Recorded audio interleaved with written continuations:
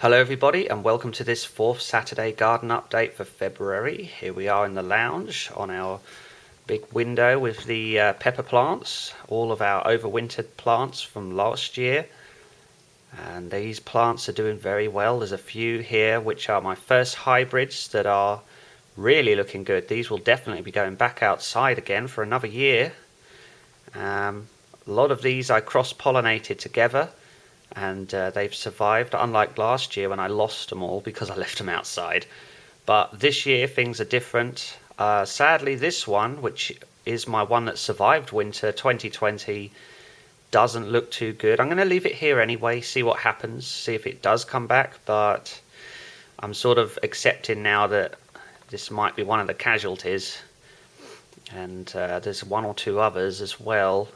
The red Scotch bonnet there has got some growth from the bottom. I'm going to try and take pollen from this and put it on one or two other plants of the bell pepper plants, see if I can get some hybrids from that.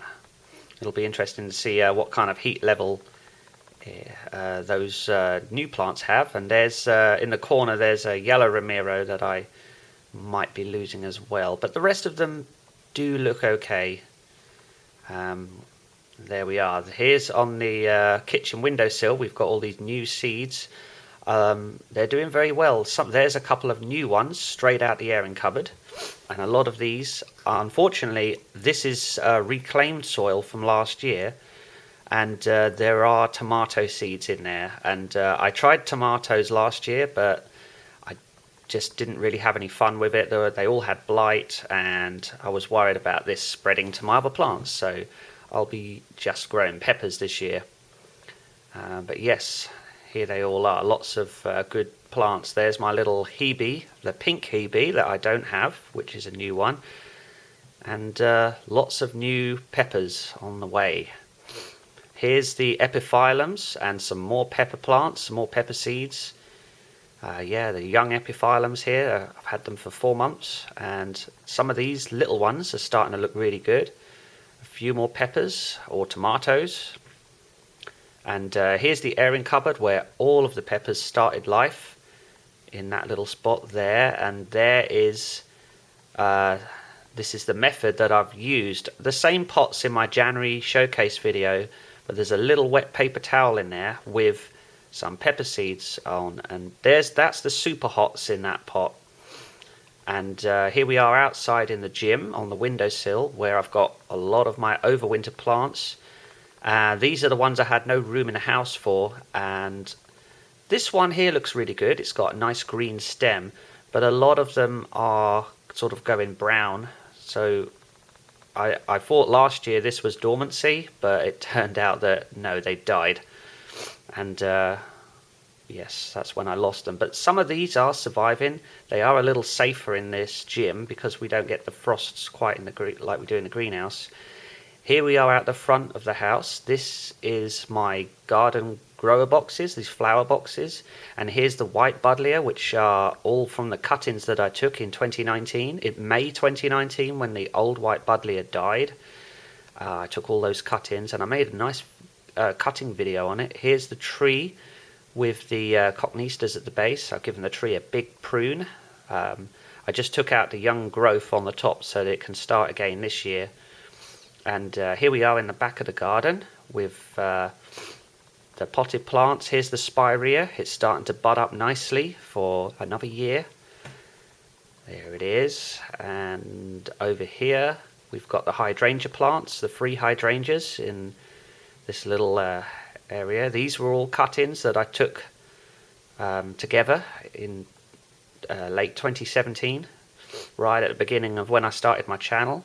Here we are in the garden with the hebe plants and the buddleias, the smoke bush, the blossom tree, all doing well. I've straightened these hebes up because they were sort of leaning over quite heavily, so hopefully they'll come back. There's the honeysuckle shrub.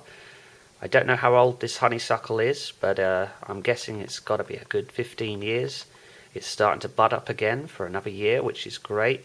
Here's all my potted cuttings. There's the hebe on the left, the hydrangea in the bucket, and there's some cornflowers, and lavender, and there's a few others. There's bamboo in the back, there's some buddleias.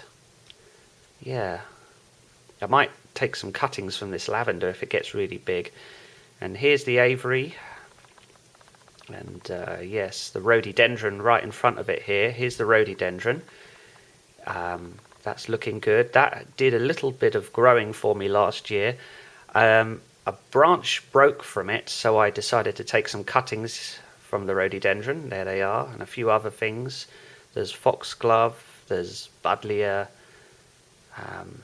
There. Here we are going through the shed, going into the aviary, and this is where I'm going to have some just overflow storage for the pepper plants, and on this pallet bench as well. This is the original pallet bench, and here's these grower boxes that I moved out here. I'm going to put the runner beans into them so that I can get more runner beans. I'm also going to have runner beans in a couple other spots. Here's these hanging baskets. I'm sure I'll find a use for them. Those are the bonsais on the top of that little silver tower.